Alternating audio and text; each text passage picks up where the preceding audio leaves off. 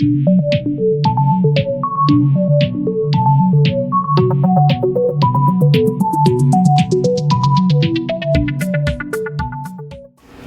this short clip, I want to take you through my morning routine and show you what life looks like with Parkinson's disease.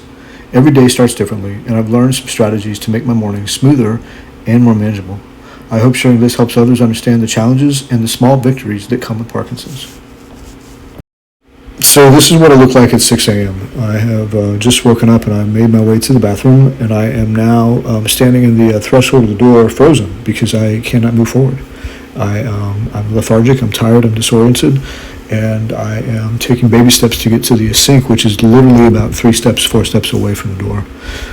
My body just isn't really in a place at this point in the morning to be able to navigate the terrain of the bathroom, so I'm basically just having to support myself with my arms until I get to a point where I can put my legs down and support myself off of those as well. I'm using an electronic toothbrush mainly because the trimmer in my right hand is too strong in the morning to be able to support a manual toothbrush. So brushing my teeth is definitely one of the first operations that I do in the morning that I have to actually think about. The second thing I do in the morning is I get my pills ready for the day. And at this point in my progress, I'm basically taking 2 pills of levodopa and 1 pill of Mirapex, and I do that about 4 times a day.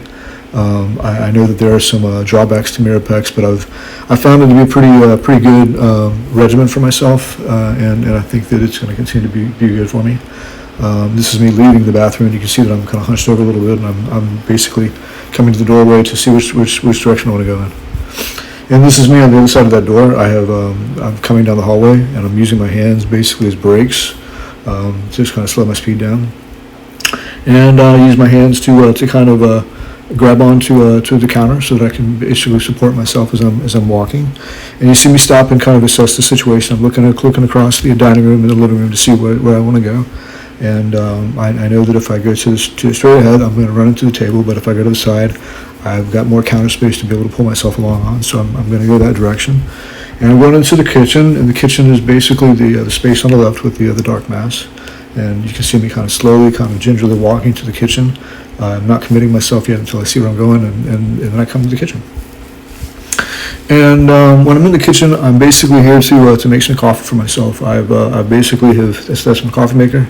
It's a great little Nescafe machine. It makes really good single cups, double cups of coffee espresso. I've added a protein powder to my mix this time around, and the protein powder is really good for supplementing the coffee in the morning, so that I don't have to have a big breakfast. I'm not really a big breakfast kind of guy, so I really just rely on the coffee to get me through the morning. The other thing about the coffee that I like is that it's a natural diuretic, so I kind of feel like it just helps me kind of process the bad stuff that's in my stomach from the day before, and just gives me a chance to kind of get rid of all the stuff that I don't need in my body from a day-to-day point of view. The next thing that I do with the coffee is I stir it up, and this is where I run into a lot of trouble from a mechanical point of view, because I have to switch back and forth between my left hand and my right hand to get it done. Most of the time I'm trying to use my right hand, but my right hand is my trimmer hand, and if I'm not too careful, I'll spill the coffee all over the place and just make messes everywhere. So I try to be very careful when I'm mixing up the coffee. The next thing that I do is I will put the coffee up on the countertop, and I'll let the countertop support the coffee until I'm ready to get over to the living room side. And that is basically just my strategy to avoid making messes in the kitchen. I just don't trust my ability to walk through the kitchen at this early in the morning with a hot cup of coffee in my hands. So this is me coming from the kitchen and straight into the living room. I'm using the chair to support myself because I'm still very ginger on my feet, and I've got my coffee, and I'm basically just trying to find my way to the chair. You'll see in a second, I'll just kind of inch my way up a little bit to get to a point where I feel like I'm comfortable to make a commitment to the direction I want to go in, and then I'll sit down and continue with my morning routine. So this is basically me just kind of inching my way forward and trying to get to a point where I feel comfortable releasing my weight, so to speak, and shifting into gear so that I can sit down. So there I am sitting down, and then I just forgot that I do not have the light on, so I have to go back over to the middle of the space now, and slowly make my way to the light switch, which is basically a cord hanging from the ceiling. And this is one of these issues where you kind of commit to one thing, and then you realize that Parkinson's has a different idea for you. So I'm over there trying to turn on the light. It'll take me a little while to get to the string, and then I get it, and the light will come on. There it goes, and then I come back over here and I'll sit back down and resume my morning routine, which is basically just reading through my devotional and my Bible and current events, and I try to do that every morning just to kind of ground myself, and just help me just kind of wake up in the morning and just become aware of where I am and what I'm doing and what's going on in the world. And the next thing I'll do is I'll go into my workout, which is basically 5 steps behind me in the the Braddock gym, which is right here. And this is basically what I do. I do this for about 20-30 minutes after I have my morning coffee. And I basically do a kind of a combined workout where I take my medicine ball, and I do some drills with the medicine ball to just kind of get myself limber and moving and get the blood flowing through my system. These are all techniques and exercises that anybody can do. The exercise ball is great because it's a 20-pound weight that's just basically this mass of rubber, and it's great for just being able to kind of swish your body around and just to kind of help you kind of stretch yourself out in the morning. These are all basically routines that I found online. I haven't really made anything up for my own. I just kind of do what I feel like I need to do. This little device is an interesting device. It's an arm trainer, which basically can be used to stretch out your arms, but also as a resistance training to help out with your chest as well, and your triceps. So I do this for as much as I possibly can over the course of about 3 minutes, maybe. It's a tough little exercise. Then I move over to my push-ups, and I get my handlebars out, and I do about 20 push-ups. I try to get as many push-ups in as I possibly can.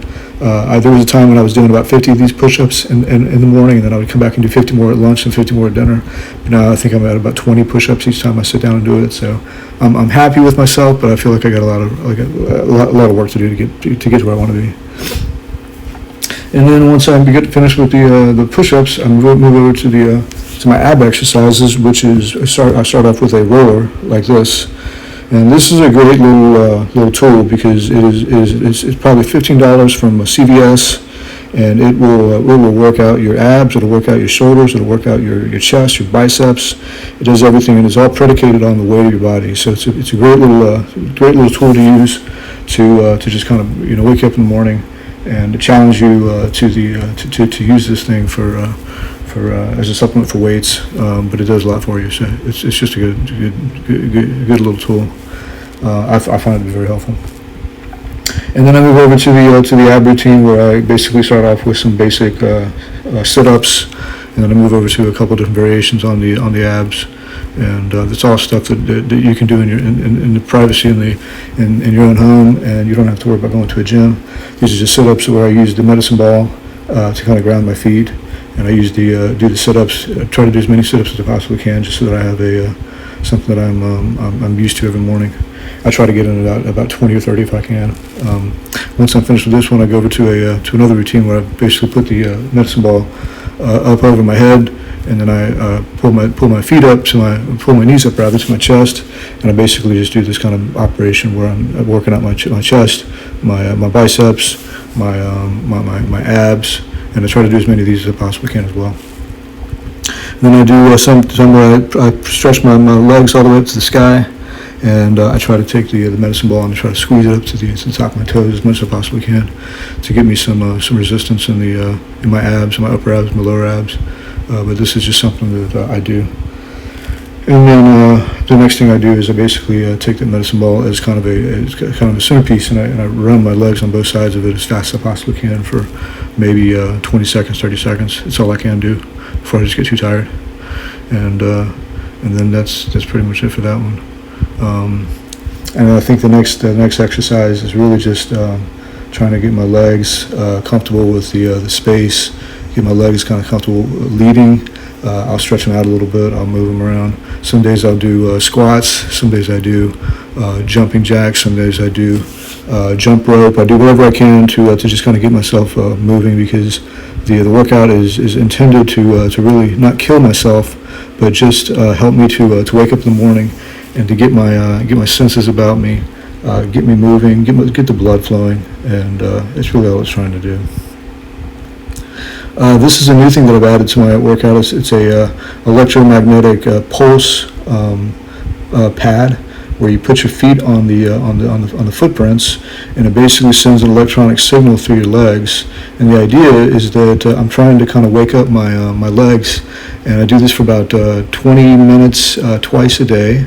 And I stand on these two footprints, and it sends out this pulse, which is kind of cool. It feels weird, but it's kind of cool the way it works on your legs a little bit. And my hope is that the more of this I do, the easier it's going to be for me to avoid falling when I walk, and it's going to improve my balance and all that stuff.